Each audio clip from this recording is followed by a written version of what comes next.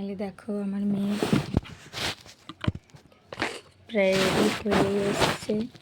দেখো লিপস্টিকটা পরিয়ে দিই। আঁকারো আঁকারো আঁকারো।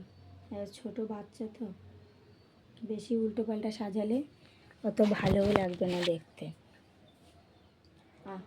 সিম্পলের পরে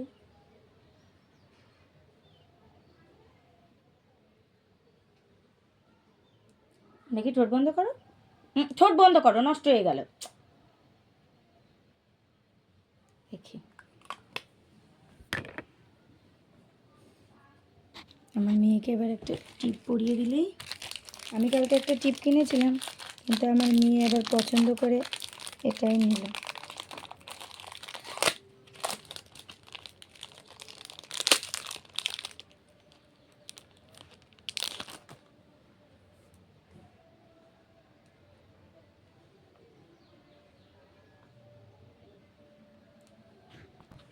ফাইনালি দেখো আমার মেয়েকে টিপটা পরিয়ে দিলাম।